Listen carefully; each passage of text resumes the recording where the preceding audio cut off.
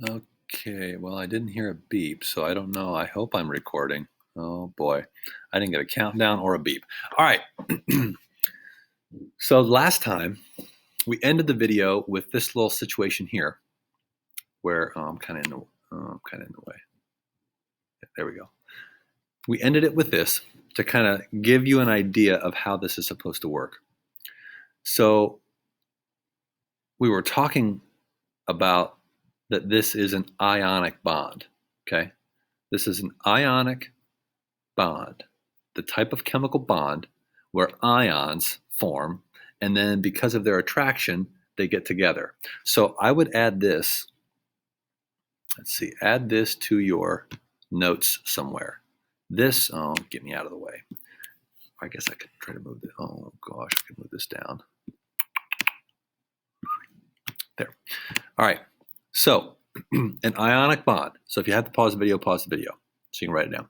Ionic bond, atoms that are attracted to each other because of their opposite charge. All right. Remember, some atoms are losing electrons and becoming positive. Some atoms are gaining electrons and becoming negative. And because of this electron transfer, because of this transfer of electrons, they become charged, and their oppositeness makes them attract. Okay. The fact that they're opposite charges makes them stick together and attract. That's an ionic bond, which is what we're talking about. All right, back to this. So the rest of this worksheet should look like this. Okay. So for number two, they did not give you a formula. You did not get a chemical formula here. They said, hey, if there's a compound with calcium and oxygen in it, what is the formula? And then you're supposed to show how the transfer happens. So the first thing they ask you is, what is the charge of calcium? Because we already know oxygen. We already had oxygen up here. So again, oxygen is right here. So we already know it's a -2, and it's used again here. And so you're supposed to look up calcium on the table, and you're supposed to see that calcium is a +2. So we have a +2 in calcium. We have a -2 in oxygen. Now, how could a +2 and a -2 make neutral? And again, that's the next question is, how many ions of calcium do you need to make this neutral with oxygen? As a +2, how do you make neutral with a -2? Hopefully you're seeing that you just need one of each, all right? Which is the answer then to the next question. So you need one of each, and the formula is CaO. Ca, calcium, and oxygen. One of each. That's it. One of each. Because a +2 cancels a -2. You don't need multiples. Like up here, we needed 2 of the +1s to cancel out the -2. But here, we have a +2 and a -2. They already cancel. You don't need multiples. Now, the next thing is you were supposed to show the dot diagram transfer. So that means you need to know what the dot diagrams look like for calcium and oxygen. Well, oxygen we already know. We already saw that. So here's how you would show the transfer. Calcium has 2 valence electrons, so it has 2 dots. Oxygen has 6, and therefore it has 2 spots here that are empty that need electrons, and so that's where these 2 are going. This one will go here, fill this spot. This one will go here and fill this spot. And so we see that the transfer makes oxygen have a full octet. So oxygen now has a full octet. We see it. It's right there, 2, 4, 6, 8, around oxygen. Now the question is, does calcium have a full octet? Is there an octet for calcium in this transaction, in this transfer? Well, I don't see it, right? Because these 2 electrons that were there are now gone. So is there an octet there? And the answer is yes. Well, where is it?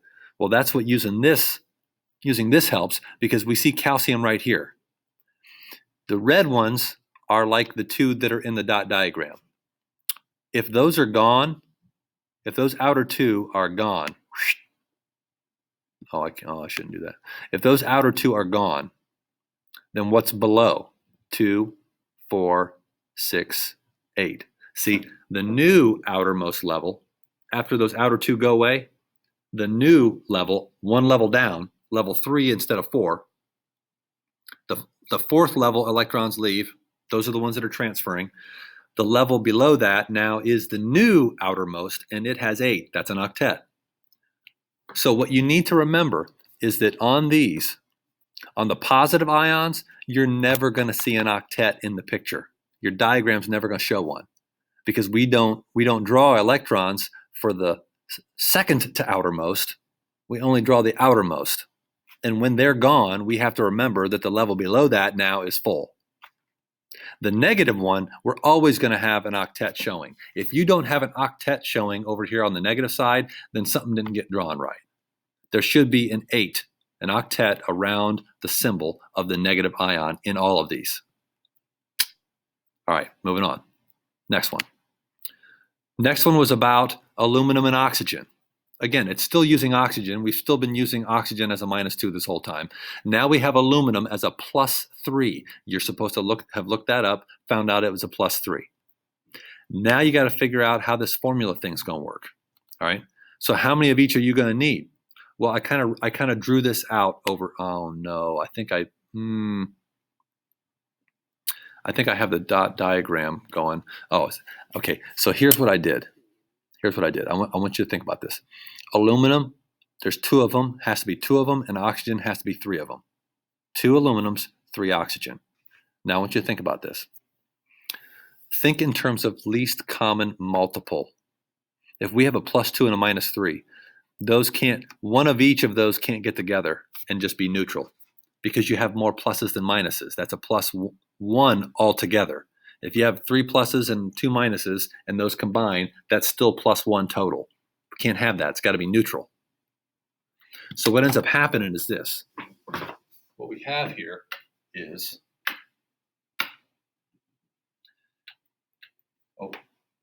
if you think in this terms, we have another -2. If we put another -2 there, that's -4 total. And that's too many minuses now. Now we have 4 minuses with only 3 pluses. That's still not balanced.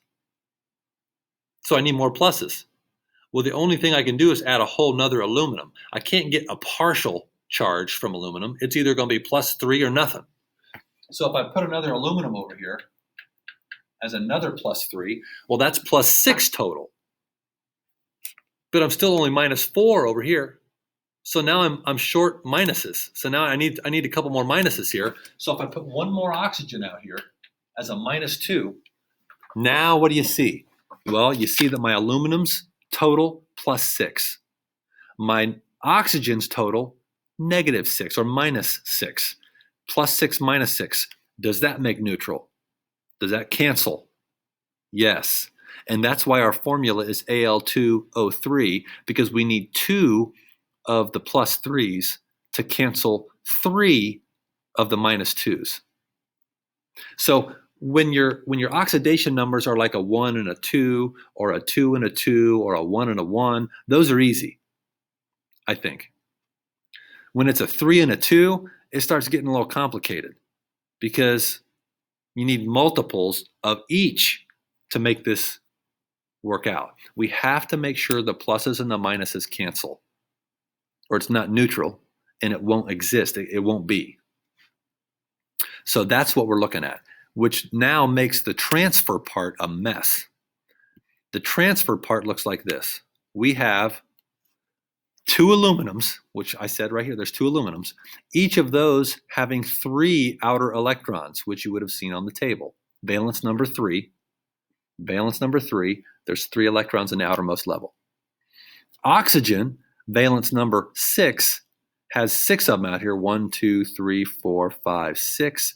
Empty spot, empty spot. And again, empty spot, and again, empty spot, empty spot. Each of the 3 oxygen atoms has 2 places that need electrons to make octets. That's 6 total electrons that are needed by oxygen. There are 6 total electrons of aluminum that are going to be getting out. So those 6 electrons find their way over here to these 6 locations. Oxygen, in fact, is stealing them, taking them typically from aluminum, and the transfer is complete. Once they're oppositely charged, then they attract. And again, Al2O3 would be the formula. So I hope, if this was confusing before, I hope it's becoming clearer now. Page 2. Oh, I should have had a screen on this. All right, so page 2, now we're looking at sodium and fluorine. And again, I would start with the ion symbol. Remember, it's the oxidation number as a superscript above the element symbol. That's the ion symbol. I would start with the ion symbol and then go to your dot diagram transfer. So what do we have here? We have sodium, which was a +1, and we have fluorine, which is a -1. +1, -1, how many of each do you need? Just one of each, because they're equal amounts but opposite, and so you just need one of each, and they cancel. So NaF would be your formula. No subscripts, one of each. And how do you show that? Well, you show that sodium only has a single valence electron. Fluorine has 7, 1, 2, 3, 4, 5, 6, 7, with one empty spot.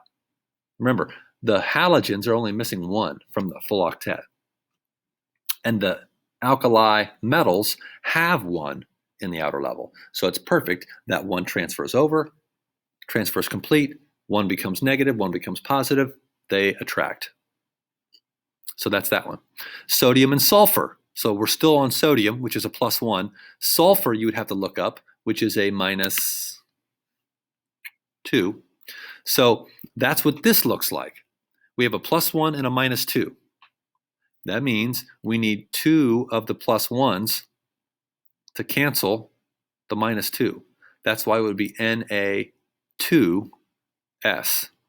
Na2, 2 of the NAs, 2 of sodiums, to cancel the 1 sulfur. Now, how does that look in terms of a transfer? Like this. Sulfur has 1, 2, 3, 4, 5, 6. 6 electrons around sulfur. Each sodium has a single. One of them goes here. One of them goes here. We have a complete transfer. Sulfur, you'll notice, now has an octet around it. Each sodium has no outer electrons, which means its next to outermost level has 8. That's an octet. So everybody has an octet. Everybody's happy. Oppositely charged, they attract. Magnesium and sulfur. Magnesium, if you find it on the table, hopefully you did, and you found out that magnesium is a +2. Sulfur still a -2. +2, -2. Equal amounts. Means we need how many of each? 1. If it's a +1, -1, +2, -2, +3, -3, if they have equal oxidation numbers, but one's minus and one's plus, then you only need 1 of each. I hope that's clear. They make neutral with only 1 of each. So MgS would be the formula. And how do you show that? Well, just like this. Again, we have sulfur with 6 as a valence number, 2 empty spots. Magnesium has 2 that's going to lose. And that one goes here, and that one goes here. A little red and green Christmas for you. How about that? A little special. D. My goodness. Now this one's a mess. This one can be a mess. All right. And I didn't draw the transfer because it was I felt like it was getting obvious how this was going to work. Magnesium is a +2. Nitrogen is a -3. A +2 and a -3. That means you need 3 of the +2s. That makes them +6 to cancel the 2 -3s, which makes a -6. So I hope you're seeing mathematically how this works. We're just trying to get the pluses and minuses to cancel. And the only way to get them to balance is if they're +6, -6. That's the least common multiple of 2 and 3. Least common multiple of 2 and 3 is 6. So you're going to have a total charge of +6, a total charge of -6, and then they finally balance. Now, in terms of the transfer, I didn't finish that, but I did show that the valence, the dot diagram for nitrogen is a 1, 2, 3, 4, 5 here. Each magnesium would have 2 electrons, one going here, one going here. One of these would go over here, and then there'd be 3 more, 1 on this magnesium, and then 2 more on this magnesium that would transfer over to the other nitrogen. So it'd be kind of a mess, but that's how that would look. All right. And then we have aluminum and nitrogen, which is kind of an easy one. We have a +3 -3. +3 -3 means 1 of each. ALN, that's your formula. And then lastly, we have aluminum and chlorine, a +3 and a -1. Well, that means you need 3 -1s to cancel your +3. Again, I hope you're seeing mathematically, all we're doing is trying to make the pluses and minuses all balance and have the right number of pluses for minuses. And so that has to be AlCl3. And again, if you were going to show the transfer, you'd have 7 electrons out here, 7 electrons out here, 7 electrons out here, and then 1, 2, 3 over here, and 1 would go to this chlorine, 1 would go to this chlorine, and the third one would go to this chlorine. Everybody'd be happy. Octets all around. End of story. Now, something I don't know if you noticed this. I don't know if you noticed, but there's a little cheating way to do this. Okay, watch this. If the oxidation numbers aren't the same, like if it's not +3 -3, again, if it's +3 -3, +2 -2, or +1 -1, then it's easy. It's just 1 of each and you're done. There's no subscripts. If it's a 1 and a 2, a 1 and a 3, a 2 and a 1, a 3 and a 1, or a 2 and a 3, or a 3 and a 2, if it's any of those combinations where they're not the same amount, watch what happens. If you just cross over here, that goes over here, 1 goes over here. So the 3 on the aluminum oxidation number goes down to the 3 subscript, and the 1 here tells you that there's only 1 aluminum. This works out every time. If I look at this one, the 2, or no, I'm in the wrong one. Oh, this one. The 2 on the magnesium goes over here as a subscript on the nitrogen. The 3 on the nitrogen goes over here and is a subscript on the magnesium. Do you see? They're just crossing over. The oxidation numbers cross over, and they are the subscripts. It's that easy. Oxidation numbers cross over. Those are the subscripts. No pluses and minuses down here, though. Do not put pluses and minuses on the subscripts. But the 2 goes over to this side. The 3 goes over to this side. They cross over, and it works every time. Even this one. It's a 1 and a 2. The 2 goes over here to the sodium side, the 1 over to the sulfur side. Now again, we don't ever put a 1 on the subscript, but it's telling you only need 1 of them, so just write the S. And if we look back at the first page, the aluminum one here, notice we have the 3 up here goes down to the oxygen, and the 2 goes over to the aluminum. And what do we see? 2 on aluminum, 3 on oxygen.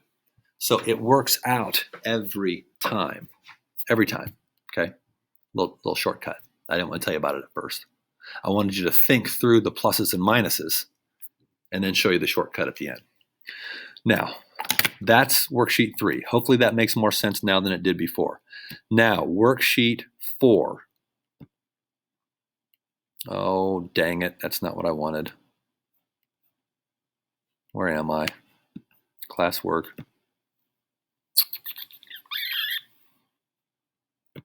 Come on. There we go. Okay, here we go. That's not it. What in the world?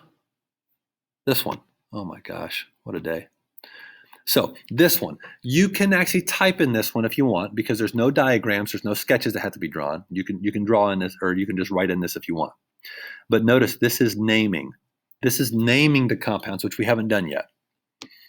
You will have to fill in the oxidation number and then the ion symbol, remember, which is just the element symbol with the oxidation number as a superscript, and then the ion name, remembering that you name the ions like I showed you on worksheet 2, where the positive ones, the name doesn't change, but the negative ones end in "ide." The name ends in the IDE suffix. And that's how you name them, okay? It's the positive one first, then the negative one, and that's their names. So let me go back to this one. let me go back to this sheet here. What would be the name of this compound with lithium and oxygen? Well, we know that lithium is the name because that's the positive one. That's the positive one. That's, oh my gosh, that's the positive one. Why is this doing this? Why is this doing this?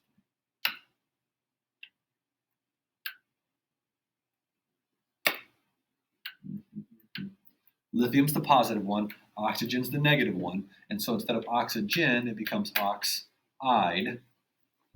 All right, so we have the name then is literally just lithium oxide. The name of this compound is lithium oxide. It's as simple as that. It is the name of the positive ion, then the name of the second, or the negative ion. So it's positive first, negative second. That's how you name it. Naming is positive first, negative second. So if we look now at calcium and oxygen, again, oxygen is still going to be oxide, like we said. It's going to be oxide. So what's the name of CaO? Well, calcium would be the name of the positive ion. Oxide would be the name of the negative ion, calcium oxide. If we look at aluminum and oxygen, again, aluminum, it's becoming, what is happening with this thing? Oxide, it would just be aluminum oxide. That's it. Now, if we look at a couple on the others, since it was just oxide every time, let's take a look at this page. Okay, so sodium and fluorine, what would that be called? Well, remember, fluorine becomes fluoride. So what's the name of this? Sodium fluoride. Sodium fluoride. So all you have to do, this is probably the easiest of all the worksheets, 1 through 4. It's seriously just the positive ion name and then the negative ion name. That's it for all of them. So again, this one would be magnesium sulfide instead of sulfur. And this one, magnesium nitride. So it's positive ion, negative ion in that order. So hopefully that one will go quickly. You'll be able to get that done. And that's not even due until like the day you come back from break. So it's going to be a while. I'd probably get it done, get it submitted and turned in because you will forget that you had that due. So anyway, I hope you all have a great Christmas. I will see you, I guess, on Zoom at some point on January 4th and then 5th for you B2 people. Take care.